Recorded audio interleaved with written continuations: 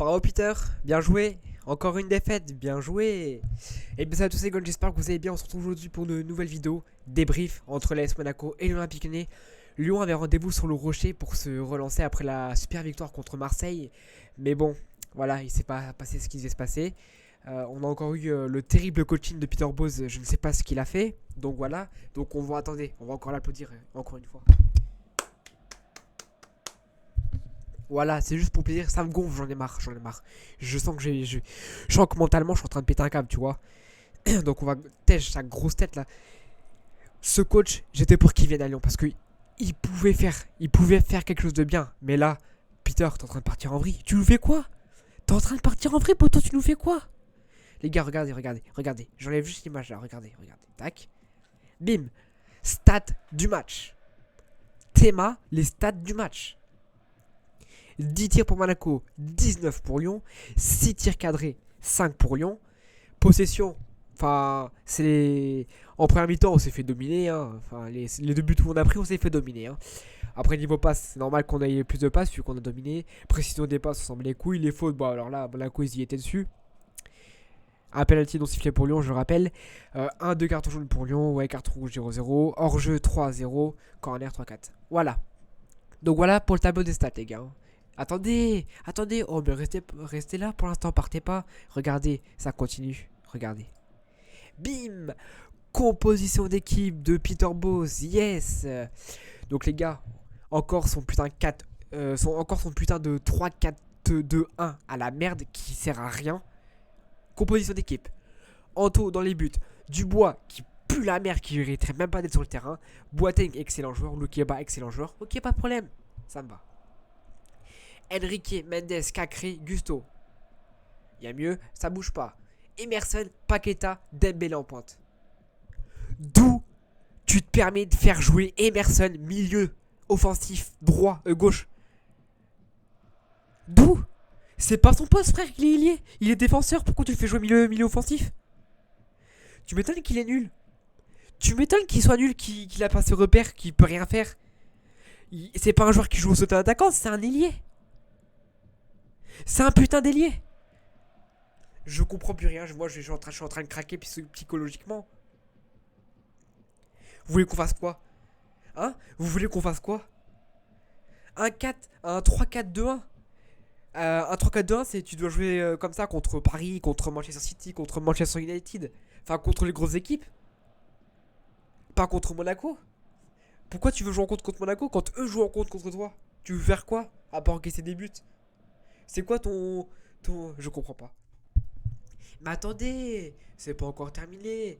Voilà le pire. Cette composition d'équipe, elle est dégueulasse. Regardez, seconde mi-temps. Regardez, je vous enlève juste ça, tac. Et je nous mets juste ça. Oh bah tiens, seconde mi-temps. Si je faisais rentrer Ndombele et Fèvre, qui ont été clairement les deux meilleurs joueurs de cette partie. Alors on recommence, composition en 4-4-2. Cette fois-ci ça a marché. Lopez dans les buts, Dubois, Boateng, Lukeba, Enrique en défense, bien sûr. Emerson, Ndombele, Cacré, Fèvre au milieu de terrain. Et Paqueta Dembélé en pointe. Voilà, voilà les gars. Et tout d'un coup ça va mieux. Lyon reprend le contrôle du match.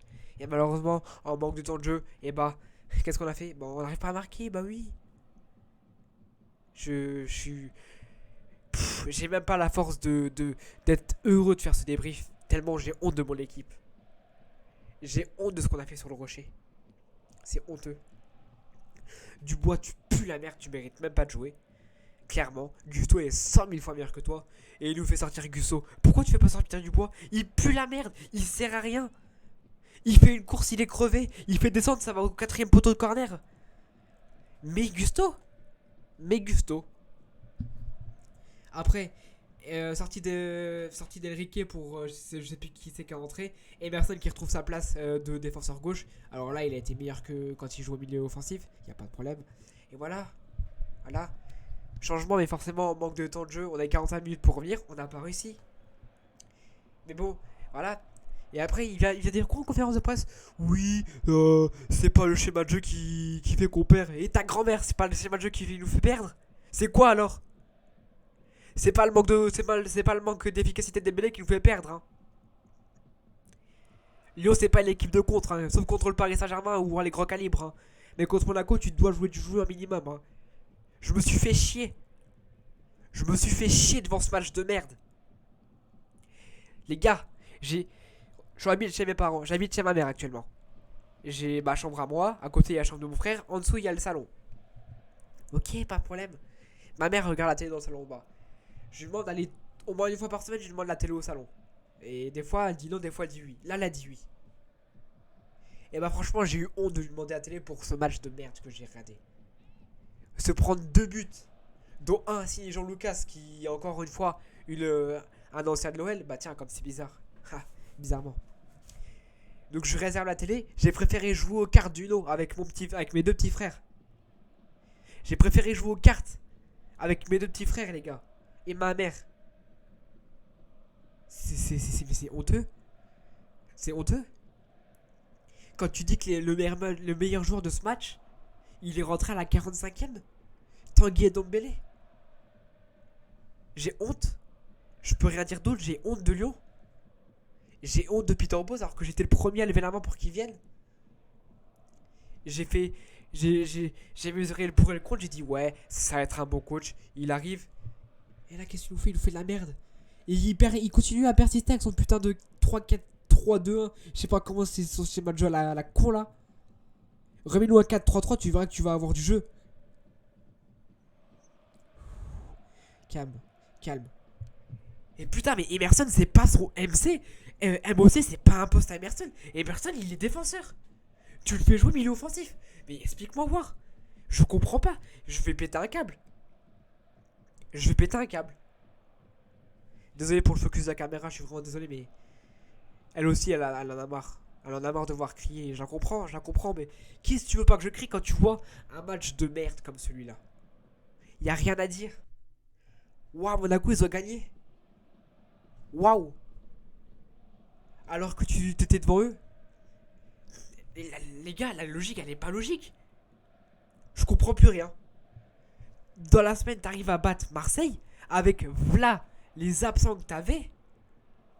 Et là, tu te déplaces à Louis II, dans le stade le plus dégueulasse de la Liga, avec pas d'ambiance. T'avais du public, ça parlait pas, il y avait pas d'ambiance, c'était mou. On se serait créé un dimanche après-midi au salon des. Sans vouloir être méchant, au salon des vieilles dames à Borleté. Il y avait pas d'ambiance, tu veux faire quoi? En plus, tu vois, il n'y a pas de supporters parce que, attention, on a interdit de supporters pendant tout les dépassements jusqu'à la fin de la saison, frère, vous avez capté? Ah, puis oui, attendez les gars, j'ai pas fini. Faut qu'on parle aussi. Monsieur Rudy Buquet. Il avait dit quoi, Olas? Et si ceux qui étaient là et s'ils sont francs, ils vous le diront. Il a dit quoi, Olas? Je vous ferai payer ce que vous avez fait. Ah, bah, bizarrement. Oh, bah, on a rendez-vous à lui 2. Qui c'est qui arbitre? Rudy Buquet. Je me suis dit dans ma tête, dans la main, je me suis dit, ouais, non, t'inquiète pas. C'est peut-être l'arbitre le plus sévère de la Ligue 1. Mais bon, t'inquiète, c'est pas grave. Il va gérer. Un penalty, je sais plus si c'était en première mi-temps ou en seconde mi-temps, qui siffle pas. Alors que l'équipe adverse met 2-0, tu peux le siffler, penalty. Tu vois, ça aurait pu, je sais pas. J'aurais été arbitre, je vois que l'équipe en face, elle galère à revenir. C'est une main, bah si, je siffle direct. Bah non, lui, c'est comme si c'était comme ça. Hein? J'ai pas vu de main, moi. Continue à jouer, les gars, c'est pas grave.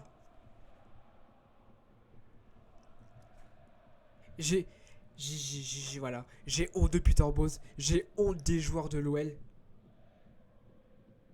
Je sais pas. Allez les gars, on passe au top et au flop avant de terminer cette vidéo. Alors top, Anto Lopez, même s'il se prend 2 buts, il a fait des arrêts de malade. Jérôme Boateng, encore un crack. Castello Luquiba, qui s'est pas laissé surprendre par Sofiane Diop, crack aussi. Pardon, je vais mettre Ndombele, qui a fait une superbe entrée, il a tout fait. Fèvre également, qui a créé, mais incroyable. Paqueta, je l'ai pas vu ce soir. Et Dembélé, je l'ai pas vu ce soir. Donc je résume. Top, Lopez, Boateng, Luqueba, Ndombele, Cré, et Fèvre. Top flop, Dubois, Mendes. Ça me fait mal de dire ça, Emerson, parce que c'est pas son poste. Donc je peux pas trop juger, mais il a quand même été nul, tu vois. Donc voilà les gars, je suis dégoûté. Voir Molio comme ça et me dire à cette époque, les gars, j'ai un ego. Mais mon ego il a mal quand je dis ça. Dire que Rudy Garcia, Ils produisaient du jeu, c'est peut-être quoi dire. Mais l'OL était beaucoup plus beau à regarder sur Rudy Garcia et sur Bruno Genesio que sur Peter Bosz. Où est passée la mentalité du début de saison? Où est passé le jeu vers l'avant, le jeu, le collectif? Quand tu regardes une merde pareil ce soir, j'ai envie de me dire, ça sert à quoi que je fais des vidéos sur YouTube en fait? Quand je vois, je me répète mais les gars ça me saoule. Quand je me dis que le meilleur joueur de ce match, il est rentré à la 45e. Tanguy Ndombele. Mais incroyable. Incroyable.